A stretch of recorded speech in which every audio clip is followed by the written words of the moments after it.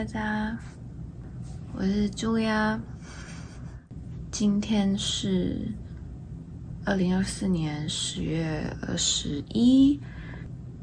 夜深人静的时候来录这一集。我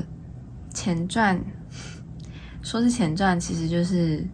跟合作的朋友排练过后的一些有趣的感想。上次那个影片有讲到，我们是用 AI 生成的网站做出音乐，然后编辑，就是做自己更贴近自己想要呈现内容的风格的音乐。然后也有讲到个人创作的时候跟合作的时候那种不同的创作方式啊，还有那种进度上的追踪或是风格创作事物的可能性这样说。那这个周末终于表演完，我们连2天，然后星期六第一天的时候稍微比较，我觉得2个人都比较浮躁一点，当然还是蛮顺利的结束了。虽然说准备的时间真的非常的紧凑，反而第2天安排上表演的活动就比较少，然后又穿插影像，就是影片类的播放，所以我们就比较能够在中间再调整一些东西，然后加上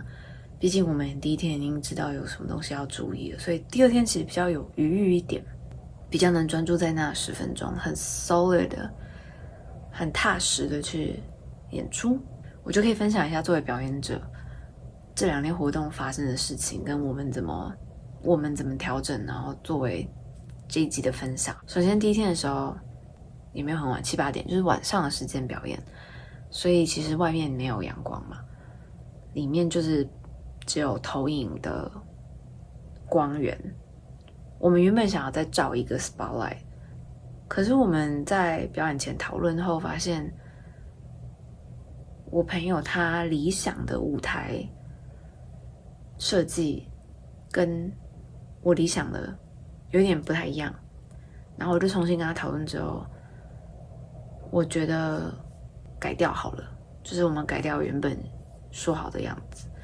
然后先照他以这个影像立场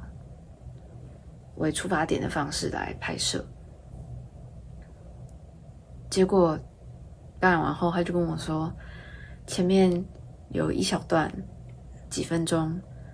他的动画是出不来的，因为那个镜头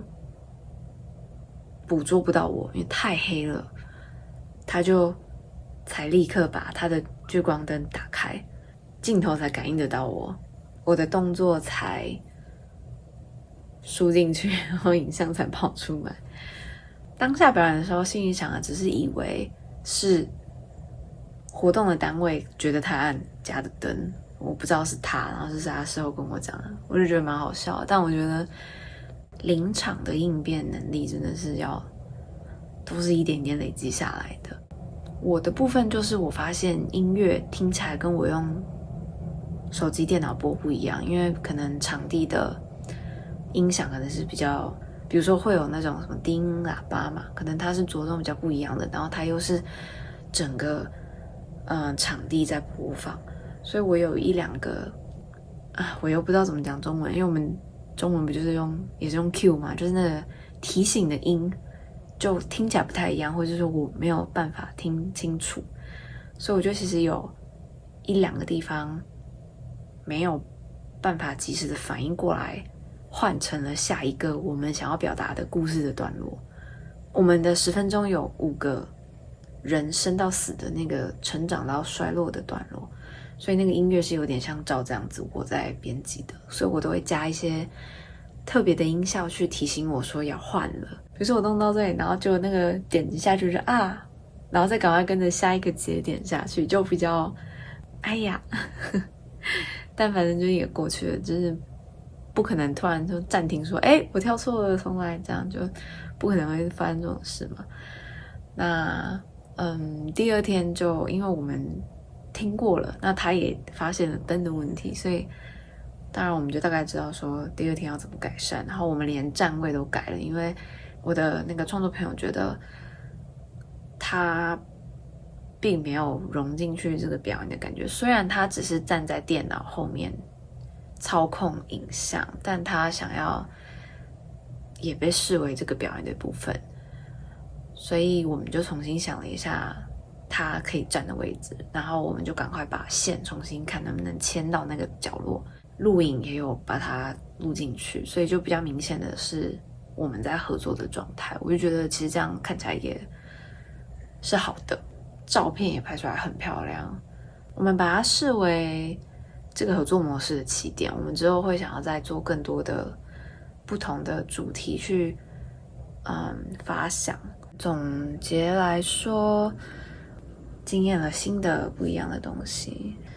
也认识了新的不同创作领域的朋友们。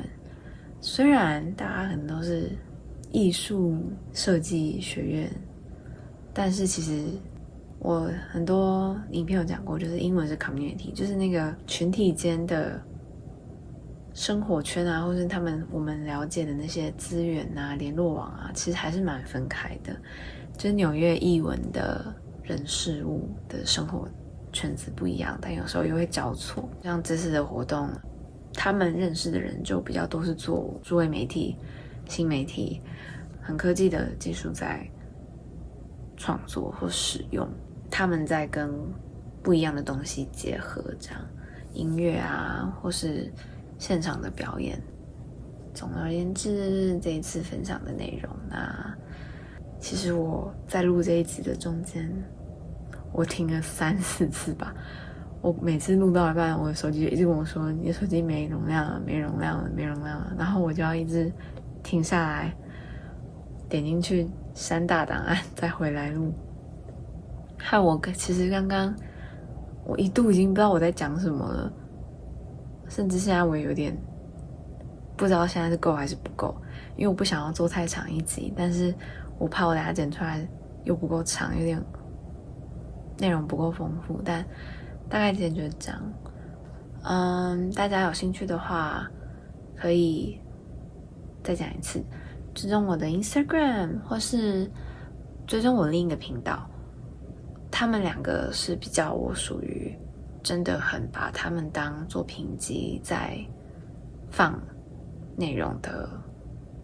平台，尤其是另一个频道的影片，那边全部都是作品。Instagram 比较像是可以及时知道我现在在干嘛，那也会有比较多的照片类的东西。为什么呢？这个以后我也会讲到。拿O1签证出入境或是面试相关面试的时候， Instagram 可能是会你需要用到的东西，甚至我觉得是一个很好用的东西，所以我才会很努力的在经营它。那以上就是这样啦，大家谢谢你们，拜拜，一样的结尾。